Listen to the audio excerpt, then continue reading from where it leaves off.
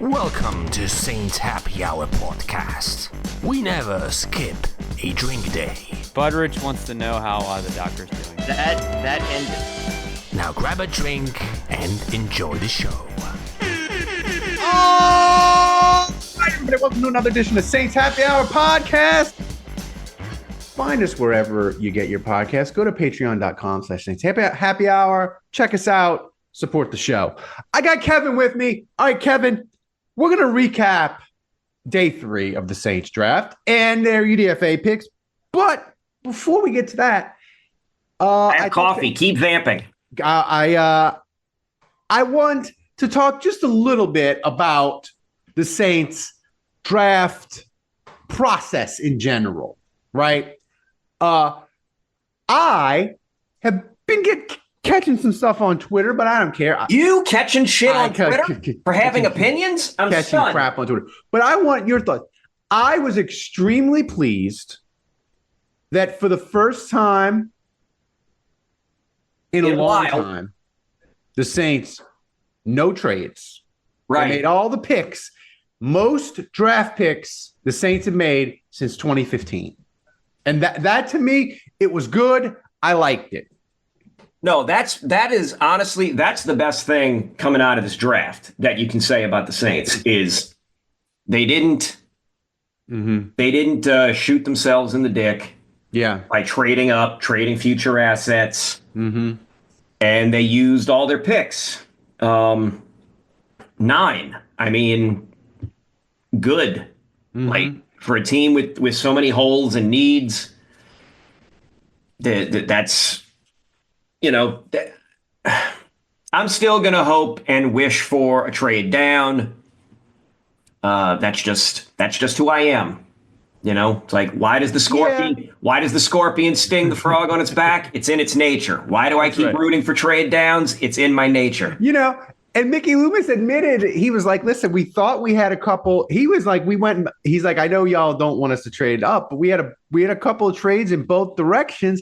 And he's like, it just didn't work out for whatever reason. The player we wanted on trade ups ended up not being there. We thought we had a couple of things in the hopper to trade down, but the team, their player wasn't there, or we felt we had a player that we wanted to take. So it didn't work out, but the Saints were looking.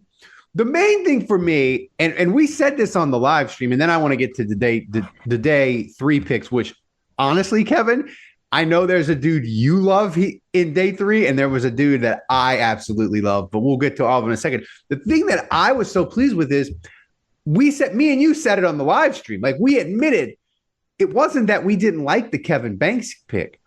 I was just absolutely terrified / convinced that the Saints were trading back up into round 1 to get Tyler Shough.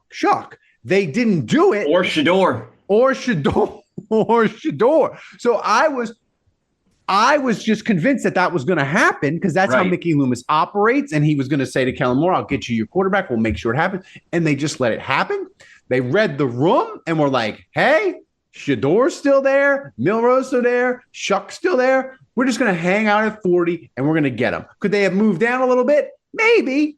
And got him. But I get that Mickey Loomis is like, I'm going to get you your quarterback. And they got him. So that made me feel so much better about how the draft had gone for the Saints. But I want to get to you because you did. I don't even know how many mock drafts you did in the Discord, Kevin's mock draft channel. Which, if you're not a patron, you should become a patron. We're in Discord. You can get yourself off of social media. Get in our Discord. Our Discord was crazy all draft weekend. None of the crap from social media. You should less do it. Nonsense. Yeah. I tell you what. I'll make this point in a way to sell the Patreon and the Discord. You're not going to have goofballs during the season talking about how Spencer Rattler needs to be given a chance. And then when he does what he did, then suddenly decide, oh, that shouldn't count, and act like they still want Spencer Rattler to be the starter in 2026 or 2025. Then when it's draft time, suddenly forget Spencer Rattler exists in the name of some guy with a famous last name who has a couple of nice highlights and looks like he's got some skills, but isn't really a first round guy. Suddenly it's, we want him, forget everything else. And then when they draft somebody else, suddenly it's back to, wait a minute, what about Spencer Rattler? Yes. You're not going to get that nonsense. No, you're not. On our Patreon, on the Discord, you're not getting that. It's not the hat game on the big Tron at the baseball stadium. It's none of that. There's no shell game. You don't have the bots from Latvia and different places. It's not bots, Ralph. That's the thing. It's real people. That's the thing. Everybody talks about how funny the Saints fan base is. Oh, it's funny, all right. It's funny how absolutely delusional some people get. Listen, I'll say this, and I'll try and I'm going to save 95% of my thoughts for the big show. Not a fan of the Shuck pick. That's it. I'll say more on Tuesday. But so day 3. Look, they got your guy. They got one of your guys, right? They got 2 of my guys. They got 2 of your guys. They got 2 guys that I was very happy with. Hang on, I'm trying to now find. Where is it? The New England? No, sorry, we were sitting at New England. Okay. Oh no, I'm looking at the UDFA. The UDFA list. Sorry. Yeah. So pick 4 was Stutzman at pick 112. They got Stutzman at 112. Look, when I was deciding to grab linebackers in my mock drafts, Stutzman was one of those guys that I would get if I was going linebacker early. It was either Jalen Walker or Demetrius Knight. If I decided no, I'm going to go grab other positions, Stutzman was usually the guy that I would get somewhere in that 112, 120 range. The other guy that I was very happy with them getting, who I think is an absolute steal, is Devin Neal, the running back out of Kansas. And what's annoying about PFF is that they've already changed over their mock draft thing, so they don't 2026, right? Sickos. Yeah, they've eliminated all the write-ups that they did for everybody, which is kind of annoying. But this guy is the team's all-time leading rusher. Yeah. He's gone over 1,000 yards the last 3 seasons. His last 2 years were phenomenal. 16 touchdowns apiece, over 1,200 yards rushing. This guy's the real deal. I truly believe he's the real deal. I said it on the Discord. I even tagged Tomas in it. And here's the check my timestamp in 2-3 years time. We are going to recognize in 2-3 years that Devin Neal. I've either been calling him. I first called him Delvin Neal because I'm thinking Delvin Bro. That's right. And then I've called him Devin Thomas for some damn reason, brief for about 5 seconds. But Devin Neal, we are going to look at and say this is a guy. This is he is either the guy at running back because Kamara will have either retired by then, or he will be part of an insane committee at running back. To me, that was one of my, besides receiver, which at least a receiver. Oh yeah, at least receiver with the Saints. You could at least they said they wanted a receiver, so clearly they wanted it. It just didn't work out. But at least at receiver, the Saints can be like, listen. We've got Olave. He's going to be healthy. He's worked out. He's added weight. We've got Shaheed. He's a proven commodity when he's healthy. We added Brandon Cooks. It's not great. When he's healthy, but it's okay. There's a pattern emerging. It's okay. At running back, you got Kamara. You got Clyde Edwards-Helaire, local kid, but has bounced around.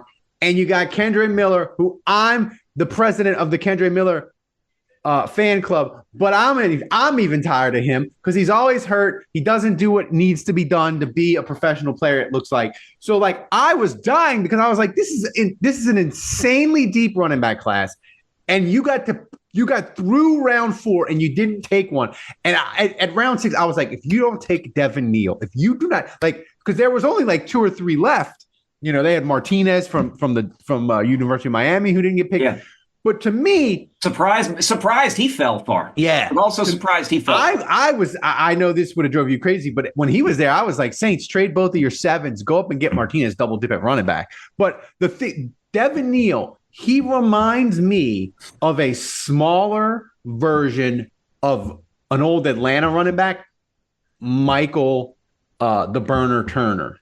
He's not as fast. Right. But Devin Neal, he's like a bowling ball, super shifty, but doesn't have like explosive top end speed. But his shiftiness in the hole and being able to make guys miss makes up for his lack of speed. I just think he's a really fun, unique player to watch. Like if he's good, he's one of those dudes you'd be like, oh, there aren't other people like him. Like he's like a one of one kind of guy. The other thing that I remembered about Devin Neal, and I want to make sure, I want to Google it to make sure, is Devin Neal was used as a Wildcat quarterback. Yeah, that's right. In Kansas. Right. Now, he wasn't throwing the ball a lot.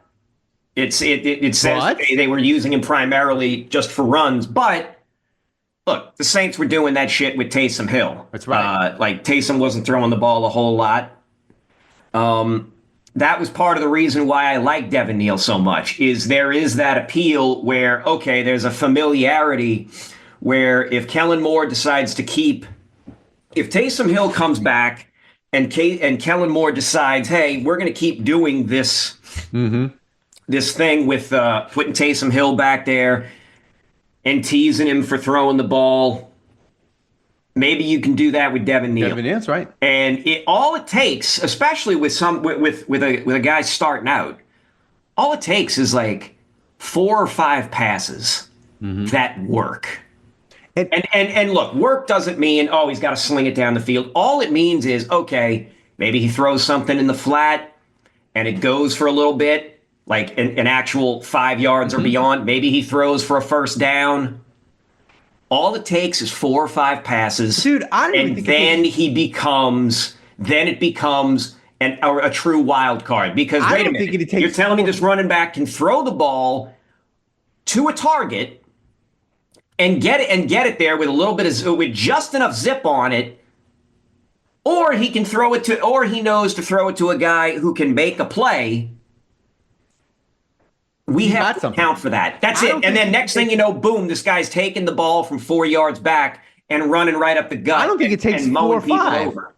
Kevin, I think it takes 1. I think it takes one time where they do a direct snap to Devin Neal. You pants the defense. Shaheed is wide open for a 25-yard gain, and that's enough. And teams will be like, "Oh my God!" Every time he's in the Wildcat, they might throw it. Like it takes one time. So yeah, but you're talking one big play. I'm talking if you get enough little success. That's true. That's true. The other guy that's interesting is Quincy Riley from Louisville. The reason is, and you said this in your mock drafts, mostly about. When we were talking about drafting front 7 people, you're like, guys, we got to remember it's a new day for the Saints. They're going to the 3-4. So we got to look at outside linebackers. We got to look at different types of defensive linemen, right? Same thing at corner. Quincy Riley, if you still had Dennis Allen, you'd be like, what is this? He plays matchup zones and he does this. No. That's not Dennis Allen. Dennis Allen, you better be able to play man. But this guy is a matchup zone fit. And he's a really good guy. And he's one of those guys. I wouldn't say he's a steal because that's right about where he's like mocked. But I like him. I like that they got a corner. I think they need a corner. And with the rest of these guys, you can talk about Quincy Riley and other guys. But Kevin, I look at all these guys. They all have a clear path to making this roster and not being a cut and not being a practice squad guy, because the Saints roster blows. Like every single one of these picks, it doesn't take long to be like, oh, you just do a little bit, kid, you'll be making the roster. Yeah, so there's no Raz on Quincy Riley. because he didn't do the explosive testing right. or the agility testing.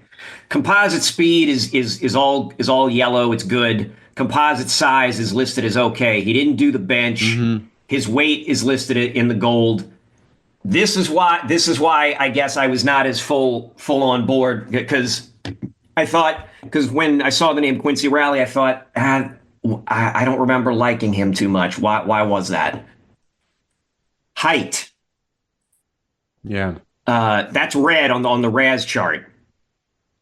ESPN lists him as 6 feet tall. He is not 6 feet tall. He is 5'11". Yeah.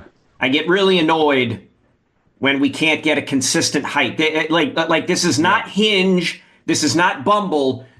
I'm tired of somebody saying this guy is really 6 feet tall when he's actually 5'11" or really 5'10 3/4. And doing that. Honestly, maybe we ought to have women running this, because they'll get to the bottom of how tall these fucking people are. That's right. They are the sharpest detectives when it comes to figuring out which people are bullshitting about their heights and their weights. Okay, they'll figure that out. That's probably why I wasn't so high on them. However, the overall point of they need a corner. I'd said this prior, and actually he's listed. I don't know what position this is. It's listed as NB. Yeah. On the depth chart here.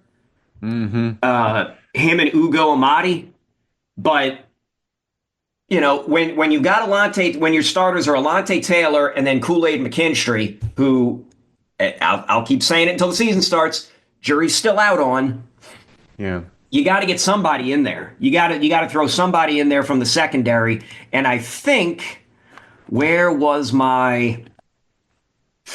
I need to look up a little bit more about the other guy that they picked up in UDFA from South Dakota State. I want to see what he's all the UDFA about. guy that it fascinates me is for the Saints, and we'll get to them in a second. But let's do the last two picks. Sure. I'm gonna butcher his name, but Malachi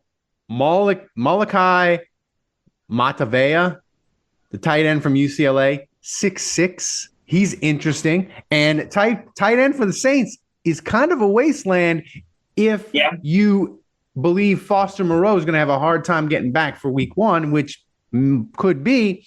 And then Fadil Diggs from Syracuse, he's interesting in that not quite the measurables, but man, he got the production down as an edge. So I like the two 7th round picks. I think both of them have a shot, especially the tight end, because the Saints, they are going to have a spot for a dude at tight end that if you can block and just do a little catching, you got a spot on this team. Because who you got? You got Juwan Johnson, you got Foster Moreau hurt, you got your UDFA son Holker. There's hay to be made at tight end. So these 2 7th round picks are interesting. They are bottom 7th round, pick 248 and 254. So these are some of the last guys drafted. Correct. And what's funny is Mataveo is either listed as I've seen him listed at 6'5". I've seen him listed. I see him listed more as 6'6". Mm-hmm. So I'm prepared to admit that he's probably 6'6". Yeah. 7.2 RAS, speed grade was okay. No agility testing. Explosive grade was okay. Composite size grade, he's given a great. Didn't do the bench. So that means that the height and the weight are both above 8.5 on that. So he's higher than I guess it's 80-something% of tight ends. Yeah. Of the tight ends that were measured between 1987 and 2025. So if this guy can come in, and honestly, I want to grab his numbers here for a second, because I remembered seeing. No. Give me the college numbers. Right. Yeah. He was a transfer from Oregon to UCLA. Mm-hmm. His biggest year was last season. Prior years he'd been 9, 10, and 14 receptions respectively. Last year, 41 receptions, over 500 yards, 2 touchdown catches. Honestly, if he can be a guy that does something similar to that, 40 catches, 500 yards, that's a contributor. Oh my, That's a contributor. dude! If he catches 20 balls and plays 35% of the snaps, that is a fucking grand slam in the 7th round. An absolute grand slam. And honestly, at that point, my mock draft son or UDFA son, Dalen Holker, he's looking for another place to go. Foster Moreau probably looking for another place to go. And then at that point, you're just sitting around waiting for the opportune time to move on from Taysom Hill. I'll say this. The Saints drafted all 9, which is cool. It's going to be a very unique year for the UDFA Sun draft, Kevin, because the Saints drafted so many dudes. Well, the UDFA class is smaller than usual. Yeah. I do want to say, I want to get this out about Fidel Diggs, and I don't know if it's Fidel or Fatal or 9.3 RAS. Yeah. Size is good. Weight is is below average. Vertical was below average, but the composite explosion was good. No agility testing. Composite speed grade, elite. Everything was over 9. Yeah. 40-yard. So he actually got faster the longer he was running. Now, granted, when you're a defensive end, I don't know that helped. I don't understand. I don't understand the wisdom of making a defensive end run 40 yards. But whatever, the guy's number actually went higher. So, great. Like that's a steal. To me, that's a steal or close to a steal in the 7th round. Yeah. Listen, this guy has, I really think he could start or, excuse me, have potential to start or compete for a starting job. Again, 3-4, line up here. Where is my depth chart? I had it here. There we go. Sorry. It's Cam Jordan and Kalen Saunders are listed as your starting ends. Yeah. And then behind them are Brissy and Vernon Broughton. Yeah, I'd like to see Diggs get a chance. I mean, he'll get a chance for sure. The thing to remember about defensive ends are a lot like quarterbacks in this sense. You just do not find 10 sack guys late. That's why Trey Hendrickson is such a unicorn. Like, you don't find 10 plus sack all pro guys not in the 1st round. Like, if you want a 10 sack guy, you got to draft him top 32. But there's no reason that he can't become a rotational guy. And you just gotta sort of, I'm not comparing him to this guy, because this guy wasn't really a huge success. But I would always argue that Traquan Smith, I'm like, he wasn't a bust. He was a 3rd round receiver that played for you for 5 years. And yes, he wasn't a starter, and you might like a little bit better in the 3rd round, but like, that's not a bust. Right. And I would go further. Like, if you get Fidel Diggs and he plays out his rookie contract with the Saints, that's a success with a 7th round pick. Right. That's a success with a 6th or 7th. Yeah. So let me throw some numbers here. I'm not going to count his freshman year because he only played 1 game. Yeah. So he was with Texas A&M for 4 seasons and then transferred to Syracuse. So the 3 seasons he played consistently with Texas A&M, he had a combined 7.5 sacks. In his 1 season in his. Oh, I'm sorry. He had a combined 8 sacks at Texas A&M in his 3 seasons that he played. His 1 season with Syracuse, he had 7.5 sacks. That was his senior year. He played the 12 games. Made the career highs in solo tackles, assisted tackles, and tackles for loss, and then had his single year career high at 7.5. Passes defended, he actually got something off of that. He made some forced fumble or a forced fumble. Again, this is good for the 7th round. Yeah, this is like straightforward, no frills, good. Period. Like, can't complain about the pick. a couple of things before we get out of here. We'll have plenty of time to go over the UDFAs because we got to have the UDFA Sun draft. Right. The 2 interesting names that struck me is I'm social media / Twitter friends with a couple of Eagles podcasters, and they were very high. One of them, because he's a Rutgers guy, he was very high on Tareem Powell.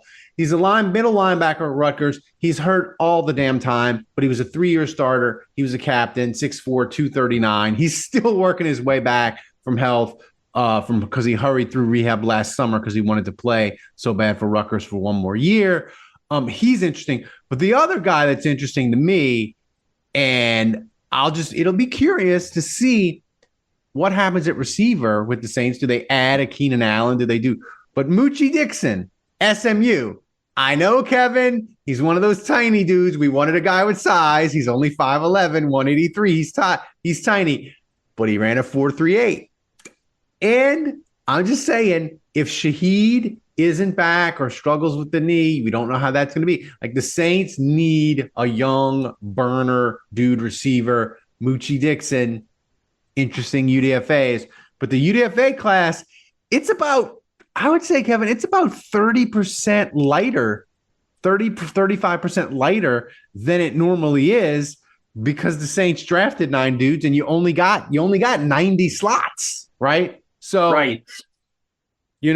So they don't need as many, and that's good to me. I want draft picks making the team, not UDFAs. Right. I mean, if it's UDFAs that make the team, that's a problem. Yeah. I mean, obviously, you can be sort of like excited and try and spin it one way or the other, but ultimately, it's like you want most of the draft picks to be guys that make the team. Now, I'll say this. I'll talk about somebody. I'll mention somebody that I am eager to see how he shakes out. I did not see this guy in any of the mock drafts, probably because he was just so far off the board that it didn't matter. But Torricelli Simpkins.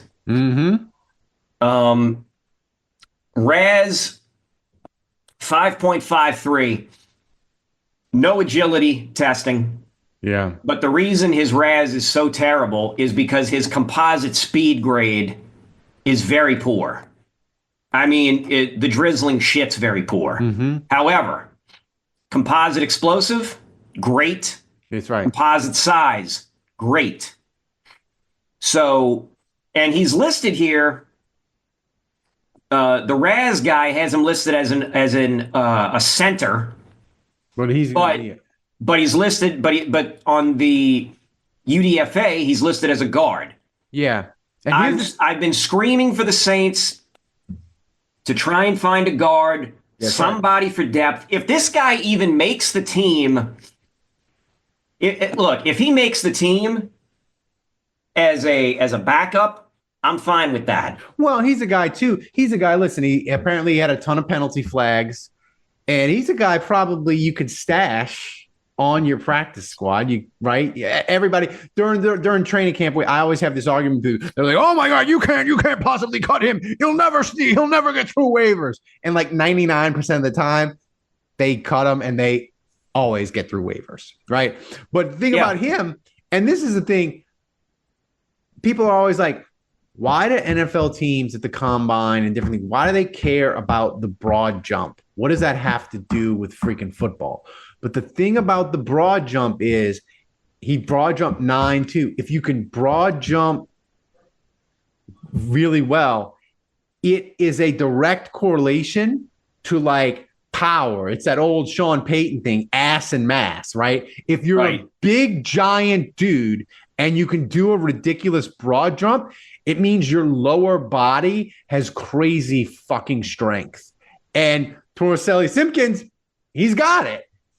And he's a guard. So like he won't need to run much. So like if he's got all this power, like maybe the Saints can figure it out. Listen, people know I'm an optimist. I want to be optimistic about the Saints. We invest all this freaking time in talking about them. During the offseason, I want to get excited about it. I don't want to be miserable about the Saints. There's plenty of time during the football season probably to be miserable about the Saints. I don't want to be miserable about them now. Right. But, Kevin, I feel so good about this draft because the Saints, whether they meant to, whether they did it on purpose or by accident or whatever, they acted like a team that won 5 fucking games. And a team that won 5 games makes all your picks, you don't trade future assets, and you start to rebuild. That's what bad teams do. That's what they did. That's why I'm happy. Give me your final thoughts, then we'll get out of here. I'm not going to say happy. I am pleased and pleasantly surprised that they made all 9 of their picks. They didn't trade up. That's right. Most of the picks are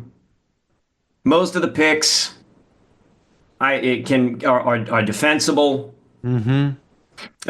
Maybe even the one that I disagree with, is defensible. But again, pleasantly surprised. Yes. And let's see where we are in training camp, and then let's see what happens when they start doing a couple of what do you call those? Where mini camps? No, not mini camp. Where you scrimmage with another team. Oh yeah, joint practices. Let's see what happens in a couple of those. We'll see how they do with joint practices. I'll say this, then we'll get out of here. The Saints, every one of these picks should either make the roster or be on the practice squad when they get to roster cutdowns. And we'll see. I'm with you, though.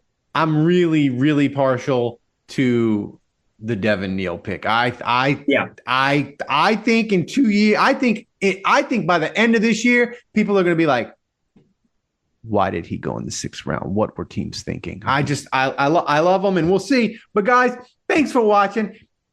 Hit that like button, hit that subscribe button, make a comment. It helps us on YouTube to help more people see our videos, and it doesn't cost you anything. So just make a comment, thumbs up, or just say, hey, Ralph, your shirt's dumb, your background is dumb, Kevin, background is dumb, whatever. Just any comment at all. Fix your hair. That's right. So for Kevin, for Thomas, who does all the post-editing on this back in Poland, thank you guys.